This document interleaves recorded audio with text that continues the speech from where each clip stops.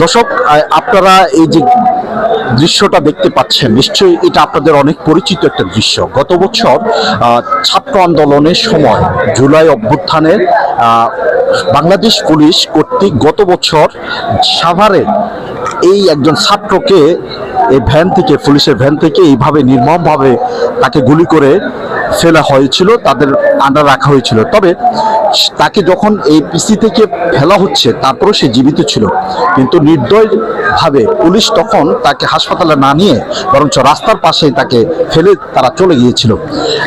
এই জুলাই জাগরণ এই প্রোগ্রামের মধ্যে উৎসুক জনতা এখানে অনেক আছে। আমরা এখন একটু কথা বলবো এক ভাইয়ের সাথে।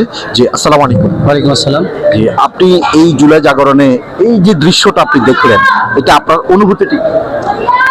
এই অনুভূতিটা যদি আমি সংক্ষেপে বলতে চাই, সেটা হচ্ছে আমরা এখানে আসার পরে গত 17 বছরের অপশাসনের শেষের দিকের যখন অপশাসন শেষ হয়, সেই সময়টাতে কিভাবে নারকীয় হত্যাযজ্ঞের মাধ্যমে অপশাসন শেষ হয় তারই কিছু চিত্র আজকে এই জায়গাটাতে দেখতে পাচ্ছি আমরা।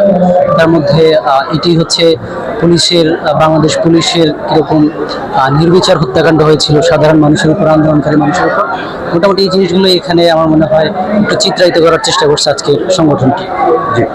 এটা দ্বারা কি মানুষের মধ্যে বিবেকটাকে এভাবে কি জাগ্রত করা উদ্দেশ্য তাদের, যে শেখ হাসিনার মতো এরকম ফ্যাসিস্ট জনগণ এই ফ্যাসিস্টকে এই অপরাধের দায়ে তাদেরকে তাড়াবে? এটা কি মনে হয়? এটি আমি মনে করি এটি হচ্ছে যে এক ধরনের চিত্র। যে কোনো ফ্যাসিস্ট সরকার যারা ফ্যাসিস্ট হয়ে উঠতে চায় অথবা যারা অপরাজনীতি করতে চায় বাংলাদেশের মানুষের সাথে, আমার মনে হয় এটা তাদের জন্য একটা ভালো মেসেজ যে এই দেশের যারা যে অবস্থায় যাই করুক না কেন তাদের শেষ পরিণতি এরকমই হতে পারে। ধন্যবাদ। Thank you.